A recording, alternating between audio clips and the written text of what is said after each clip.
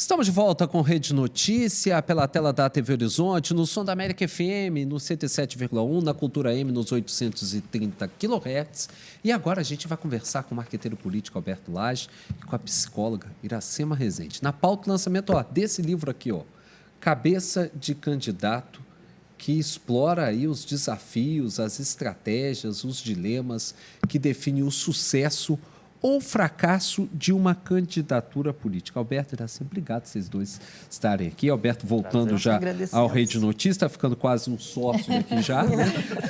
E a gente já está a gente já está em campanha, né?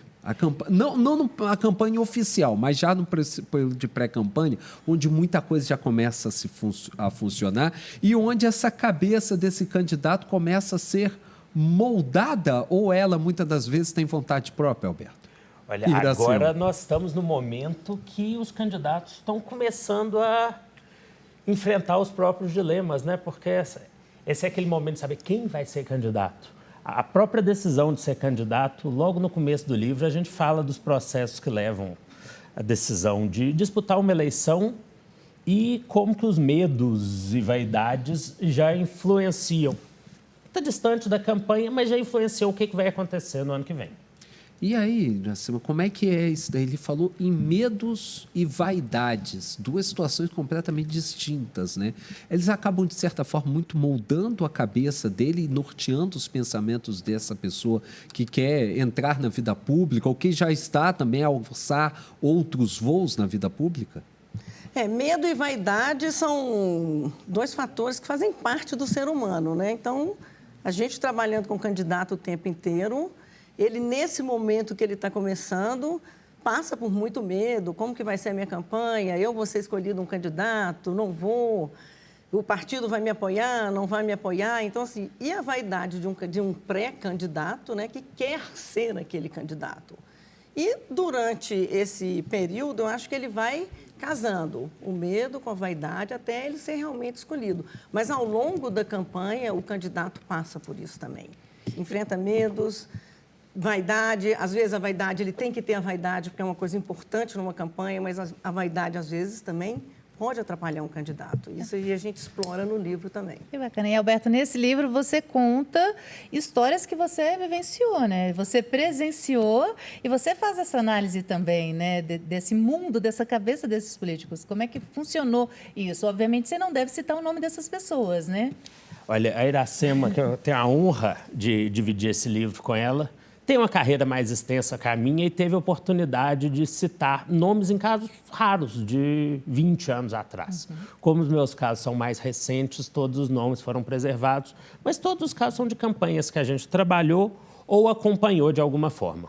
E tem alguns que você possa citar, que seja de destaque de sucesso ou de derrota, vamos dizer assim? Nós citamos, tem 3 nomes citados aí explicitamente. Tem a campanha do Fernando Collor, tem a campanha do Lula em 2002, tem a campanha, que é o último capítulo do meu pai, que se chama Em Memória, que acabou que a vida o levou para uma disputa que a gente nem fazia parte assim, dessa história e ele resolveu ser candidato. Então, esses nomes a gente cita. E tem algumas campanhas do Dr. Paulo Maluf, que eu participei em São Paulo. Eles já caíram mais no conhecimento comum. Então, Mas você falou de 3 nomes aí que são realmente de um impacto muito forte, que tem ambos, todos eles, menor ou maior grau de exposição, uma vaidade muito forte. Muito. O Collor não precisa nem dizer. A própria vaidade dele era uma marca da própria campanha dele que o levou à presidência da República, né, em 89, né, Iracema? Lula é que encampa um nome do operário que se tornou presidente, depois do operário. De 3 derrotas, depois de 3 derrotas seguidas. E o Paulo Maluf? Como é que era aquele negócio? Porque muita gente queria colar no Maluf aquela história do Rouba Mais Faz, né?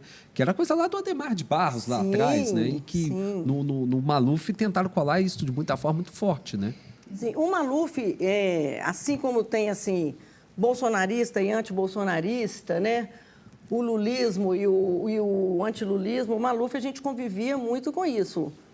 Ou ama o Maluf ou odeia o Maluf.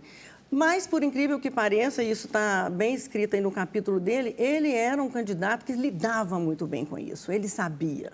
Ele sabia desse ódio que existia com ele, de todos os rótulos que perpassavam, né, o nome Paulo Maluf, que por isso que o nome dele está aí, é bem público o caso dele. É bom dele. A gente nunca esquecer candidato derrotado no colégio eleitoral por Tancredo Neves. Ele foi candidato à presidência da República. O Maluf é da...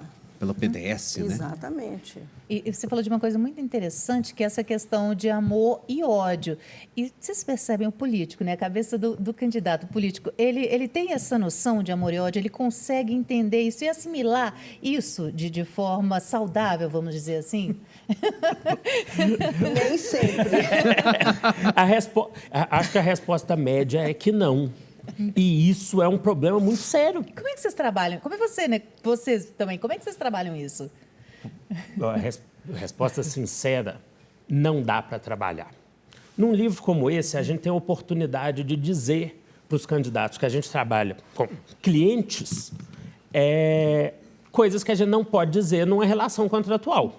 Eu posso apresentar casos de uma campanha para um candidato se identificar e refletir sobre como ele deve se portar com a própria equipe, com a opinião pública, de uma forma que eu não posso falar com o cliente. Então, tem muito de... Eu gostaria que meus clientes tivessem tido acesso a um conteúdo tão franco quanto esse antes da gente iniciar a nossa relação comercial. Mas eu não posso... No meio de uma campanha eleitoral, tem coisa que eu não posso dizer para a pessoa que está me contratando com essa sinceridade toda. Até porque, né, Alberto, quando se há um contrato, essa contratação ela vem de tempos anteriores à própria campanha, vocês vão baseando a formatação da campanha desse candidato com muito base empírico, né, com a questão de pesquisas, de opinião, e é ali que vocês vão norteando o caminho. Mesmo que algumas vezes você veja, opa, está saindo um pouco da curva, mas... Até mesmo tirar esse ímpeto dessa personalidade desse candidato é complicado, porque ela também faz parte do feitiço com o eleitor, né? Nós que somos mineiros, eu gosto de falar que o trabalho de campanha política é um trabalho extrativista. Você pode lapidar, você pode processar um diamante, mas você tem que extraí-lo de algum lugar. O candidato... Se a gente tenta colocar um candidato num papel que não é o dele, num cenário que não combina com ele... Não funciona. Não vai funcionar. E aí o processo de pesquisa, a Iracema sabe muito melhor do que eu, nos conta o que as pessoas veem do candidato, e aí a gente pode escolher o que explorar, e o que aumentar e o que reduzir. Mas inventar é muito difícil, para não dizer impossível. Pegando esse gancho seu aí que você fala, assim, como é que o candidato aceita ou não aceita bem as coisas, né? E a gente tenta colocar isso, porque em muitos momentos, por exemplo, se você está numa terapia ou num divã, você tem um tempo muito grande para trabalhar a cabeça do seu cliente. Ali na eleição você está num tempo... E cada vez mais curto, né? Muito estreito e não é o seu papel, né? Eu não sou psicólogo, o Alberto não é, ele é um marqueteiro, eu sou pesquisador, então a gente tem um tempo curto. Mas existem momentos, sim, você tem que chegar para o seu cliente e conversar e expor e falar assim, olha, até aqui você está atrapalhando a campanha. Então, a gente fala. Às vezes, por exemplo, eu tenho que dar resultados muito duros de pesquisa para um cliente. Eu estava comentando com o Alberto agora no carro, tem clientes, eu tive clientes assim, que quebraram a mesa da pesquisa. Essa pesquisa está toda errada, você só ouviu simpatizante do adversário. Então, o cliente... Os grupos focais, então, é que é a hora que o bicho pega, né? Nossa Senhora! Então, mas o cliente, ele tem que aprender, olha, você não está indo bem nesse eleitorado, a gente está propondo para você essa estratégia exatamente porque você não está indo bem. Tem clientes que aceitam isso bem, tem outros clientes que a crítica dói. 12h45, a gente vai para um rápido intervalo. Na volta, a gente continua essa conversa aqui com o marqueteiro político Alberto Lage, com a pesquisadora e psicóloga Iracema Rezende.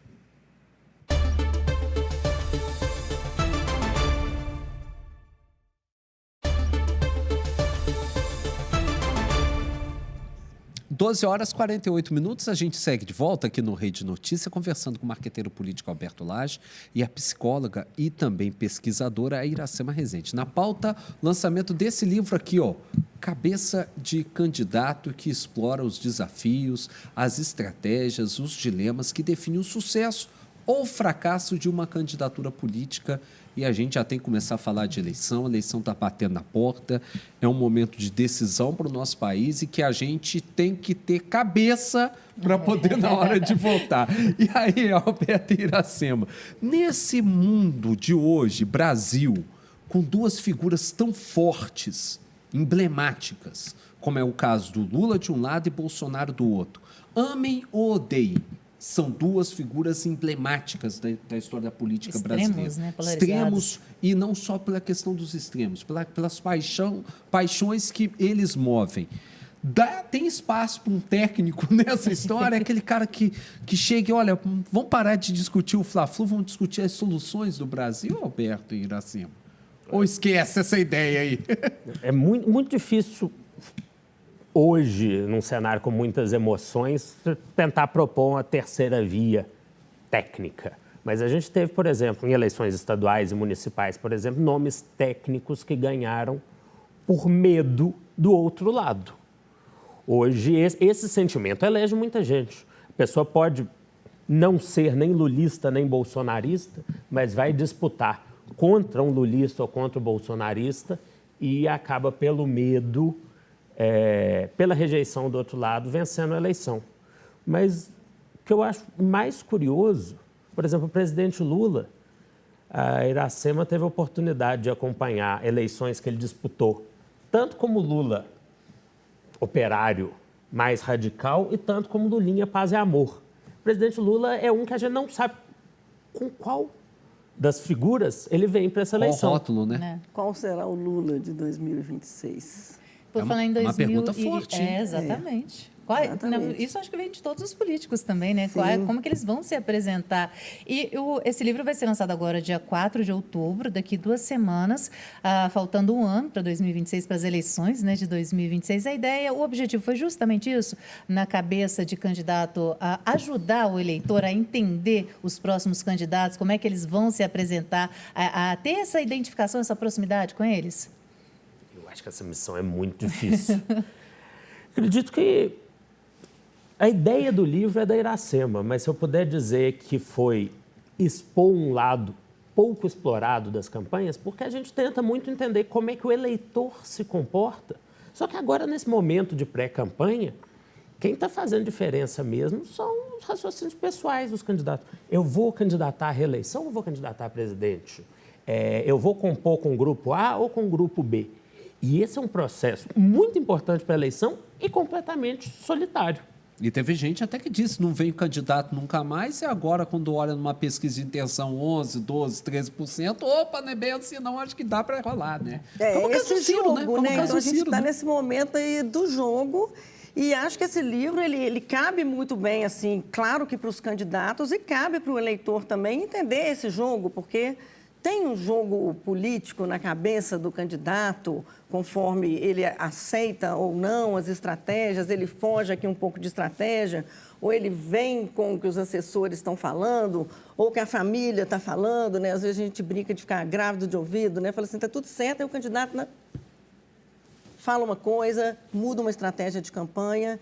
Então, é muito esse jogo, esse momento, e esse livro a gente tenta trazer isso para os candidatos, para os eleitores, para o público em comum que a gente fala, né? É importante desnudar um pouco essa cabeça do candidato. Aqui, vamos trazer uma pergunta aqui, pensando justamente nessa história da cabeça, o quanto essa cabeça é importante ou não.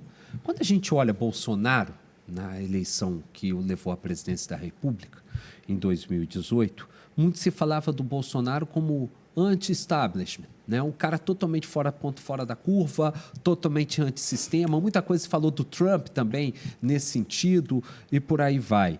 Essa cabeça, porque um cara que atua nesse lado, a cabeça dele maquina e representa muito dessa candidatura. A gente viu o Bolsonaro falando coisas que muitas vezes a gente viu num churrasco da família, mas não imaginava um cara candidato à presidência da República falar. E aquilo foi absorvido pela maior parte da população que o elegeu presidente da República e hoje também lhe garante uma grande fatia do eleitorado. Como é que se governa, ou como é que se dirige, ou como é que se alinha, ou como é que se garante uma cabeça dessa, com uma personalidade tão forte, ter uma espécie de... Você já falou, acho que é impossível governar, mas dá para pelo menos falar, opa, vamos por aqui, não por ali, ou é muito difícil uma situação como essa? Um cara com uma personalidade tão forte assim. Acredito que qualquer candidato ele tem que estar ciente que ele está submetido a um crivo de outras pessoas. O candidato ele se põe numa situação que depende de muita humildade, que é pedir o voto do outro. E é um voto que você pode até pagar por ele, mas você não sabe se vai levar, por exemplo. Então, o candidato está ali implorando essa atenção, esse voto, que só o outro pode dar para ele. E da mesma forma que ele pode conquistar muita gente, ou conquistar a maioria numa eleição, é um processo mais complicado. Um sujeito como o Jair Bolsonaro, você está citando como exemplo, ele tem eleição para deputado garantida o resto da vida, se ele quiser ser candidato a deputado. Conquistar a maioria é um negócio mais trabalhoso e envolve fazer certas concessões para parte do eleitorado. E a gente não sabe como é que está a disposição de cada um desses candidatos. Às vezes tem um momento muito favorável, tem um momento que não. Tem um momento que você tem que mudar de estratégia, você tem que mudar de postura. Tanto o Bolsonaro quanto o Lula já tiveram que fazer isso. E nesse cenário, né, do jogo político, obviamente, a gente percebe inúmeros personagens, né? Assim, tem inúmeros perfis também. A pessoa, obviamente, o brasileiro a gente percebe que ele é carente ali de um perfil de um herói. Quando vem um candidato com esse perfil de herói que vai mudar o mundo, vai mudar o sistema, ele acaba se identificando. E tem esse perfil mesmo, quando o candidato se apresenta com esse perfil de herói, a população se identifica e ele pode conseguir isso nas eleições, se manter com esse perfil de herói? Você, como psicóloga, psicanalista Iracema, tem isso mesmo também na sua análise que você faz, assim? Tem esse perfil? Olha, tanto o Bolsonaro, que a gente está falando aqui agora, quanto o Collor são um exemplo disso, né? O Collor, quando ele surgiu, ele participou de uma campanha que vieram várias ondas, né? Covas, Afif, Lula e vários. Enéas participou. E ele teve aquele momento que o Collor era... Brizola, né? Brizola. O Brizola, exatamente. E o Collor era o quê? O caçador de marajás, que ninguém conhecia. E era bonito também, tinha essa questão da beleza. Falando contra o Sarney, tudo entrou batendo no peito. E houve grande parte do eleitorado que se identificou com esse personagem que ele era e que ele defendeu o tempo inteiro. Assim como o Bolsonaro. Quando entrou o Bolsonaro, você vinha de uma crise, que existia toda a crise, Lula preso, campanha do Haddad, as pessoas contra o PT. Então, o Bolsonaro encampou isso. As pessoas não sabiam nem quem era o Bolsonaro direito, Já tivemos isso lá atrás, o Jânio Quadros com Varre com a Vassourinha, exatamente. Né? Então, isso aí existe, né? Esses dois lados, esses dois polos, e acho que a gente caminha aí para, de novo... Agora, a gente não vota só para presidente da República na próxima eleição. A gente vota para governador do estado, a gente vota para senador, deputado estadual, deputado federal. Aí a cabeça de cada um desses candidatos funciona diferente nessas campanhas, totalmente diferentes. Você falou, por exemplo, Bolsonaro, né, Alberto, você disse, Bolsonaro se candidatar para deputado federal é eleito eternamente. Né? É bem assim, esses candidatos, por exemplo, nas proporcionais, né, para os cargos de parlamento, eles têm muito mais esse foco de nicho? É assim mesmo a gente pode falar? Olha, a gente cria as regras eleitorais e as regras eleitorais elas moldam como são os candidatos. Na eleição de 2 turnos, que você tem que conquistar metade mais um, o candidato se comporta de uma forma. Na eleição proporcional, onde se você tiver ali 0,5% do eleitorado e 90% de rejeição, você está eleito. Então, você tem que manter seu 0,5% do eleitorado ali e não importa se 90% da população te detestar, o que é diferente de uma eleição majoritária de 2 turnos. Esse ano, a gente vai ter um fenômeno mais interessante ainda, que é a eleição para senador, que ganha os 2 que tiverem mais votos, mas não precisam ter maioria. E você dá 2 votos, a forma em que essa eleição se dá é completamente distinta de uma eleição com 2 turnos ou mesmo de um senador só. Uhum. O eleitor ele já vai reagir de forma diferente. E os candidatos eles têm que entender. A postura de quem vai ser candidato a governador e a postura de quem vai ser candidato a governador são completamente diferentes.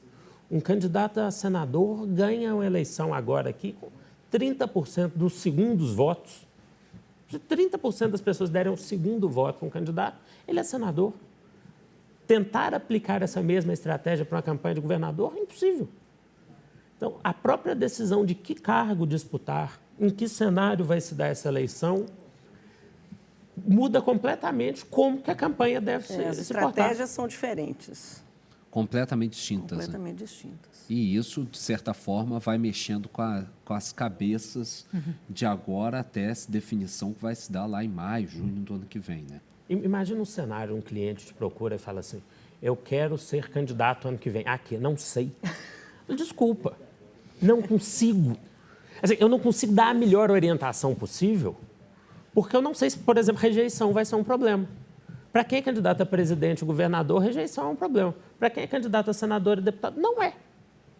Para quem é candidato a senador, a estratégia pode ser seu segundo voto, numa eleição que tem dois votos. Embora tenha sido para Dilma Rousseff na última eleição do Senado aqui em 2018, né? Muita gente fala que o problema da Dilma Rousseff em 2018, isso é um caso que eu absorvo a análise de outras pessoas, inclusive o professor Felipe Nunes, que fez o prefácio do nosso livro. Que é o diretor da Quest, né? É o da Quest, que já se manifestou em entrevista sobre esse caso, que ele atribui a derrota da ex-presidente Dilma ao segundo voto. Olha, teve gente que votou na Dilma e no Rodrigo Pacheco. Teve gente que votou na Dilma e no Carlos Viana. Mas muito pouca gente votou na Dilma como o segundo voto. Talvez tenha sido um erro que é muito relacionado à dinâmica interna do partido e à personalidade da própria ex-presidente, dela não ter feito campanha para o segundo candidato da chapa dela, com outro nome, que era o Miguel Correia. Não se viu campanha da Dilma e do Miguel Correia. Essa decisão foi de quem? Da candidata, provavelmente, né? Se foi, é uma decisão que pode ter custado a eleição dela. Eu não sei se essa decisão foi do marqueteiro, da candidata, do partido, mas é uma decisão que muito provavelmente custou a eleição dela. E é raro, né? Obrigado, Alberto. Obrigado, Iracema. Obrigada. Lançamento do livro Cabeça Candidato, 4 de outubro, de 11 às 14 horas, na Livraria da Rua, na Antônio de Albuquerque, 913, na Savassi. Para quem gosta de política, é um prato cheio. Falando em prato cheio, vamos fazer a nossa conversa diária com o meu amigo Júnior Brasil.